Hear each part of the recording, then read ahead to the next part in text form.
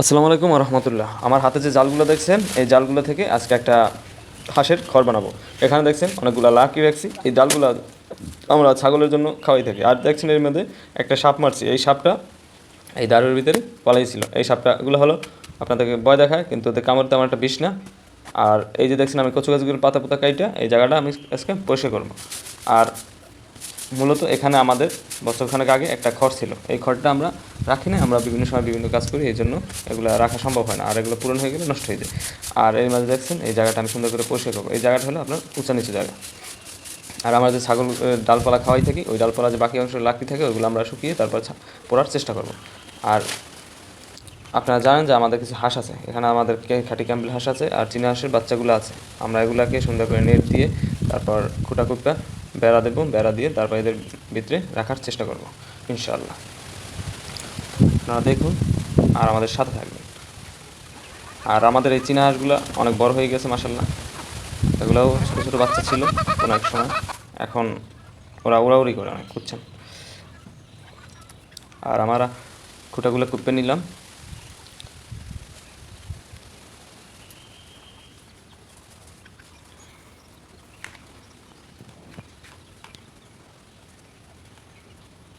এই নেটগুলো আমরা চারদিক থেকে বেড়ার মতো দিয়ে দেব, যেন একটু মজবুত হয়, দীর্ঘদিন লং টাইম আপনার বয়স পায়। আর এই জন্য আমরা দড়ি ব্যবহার করব, দড়ি দিয়ে সুন্দর করে বাইন্দা দিব যেন খুললে না পড়ে। আর একই কাজ এখন বর্তমানে আমাদের করার সময় নেই, আমাদের কাজের অনেক চাপ, তার জন্য আমরা বারবার একই কাজ করতে পারবো না।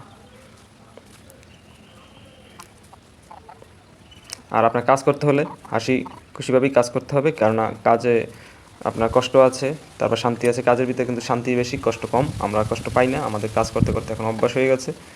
আর তার মাঝে আমাদের ঘর প্রায় কমপ্লিট হয়ে গেছে। এখন আমরা চারদিক থেকে নিচটা চাপা দিয়ে দেবো, কারণ আমাদের এখানে সাপ এবং গুল সাপ দুইটাই অনেক বেশি। আর সাপ হাঁস মুরগির যেন ক্ষতি না করতে পারে, এর জন্য আমরা সুন্দর করে বেড়াটা দিয়ে দেবো। এর ভিতরে আমরা একটা গুপ্তধন পেয়েছি। গুপ্তদণ্ড হলো আমাদের এখানে আগেই খড় ছিল, ওগুলার আপনার বাটি বুটি থাকে, ওগুলা নিচে পড়ে থাকে।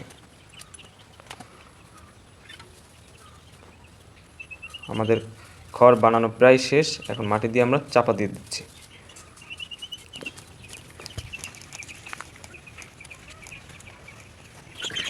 এখন আমাদের হাঁসের বাচ্চাগুলো এক এক করে ধরে আনে আমরা খেঁচার ভিতরে রাখবো।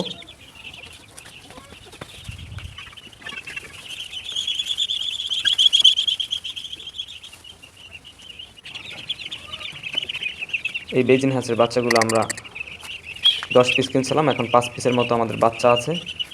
আর ওদেরকে এখন আমরা ছেড়েই পালবো, মানে খড়ের ভিতরে সকালবেলা এর ভিতরে থাকবে। আর ওদের জন্য একটা দরজা বানিয়েছি, এখান থেকে ঢুকে ওদেরকে খাবার দেওয়া যাবে। মোটামুটি একটা ভালো একটা বানাইছি। আর এই যে আপনার ছাউনি দিয়ে দিয়েছি, বর্ষা বেশি বৃষ্টি পড়লে ছাউনির ভিতরে ওরা ওখানে আশ্রয় নেবে।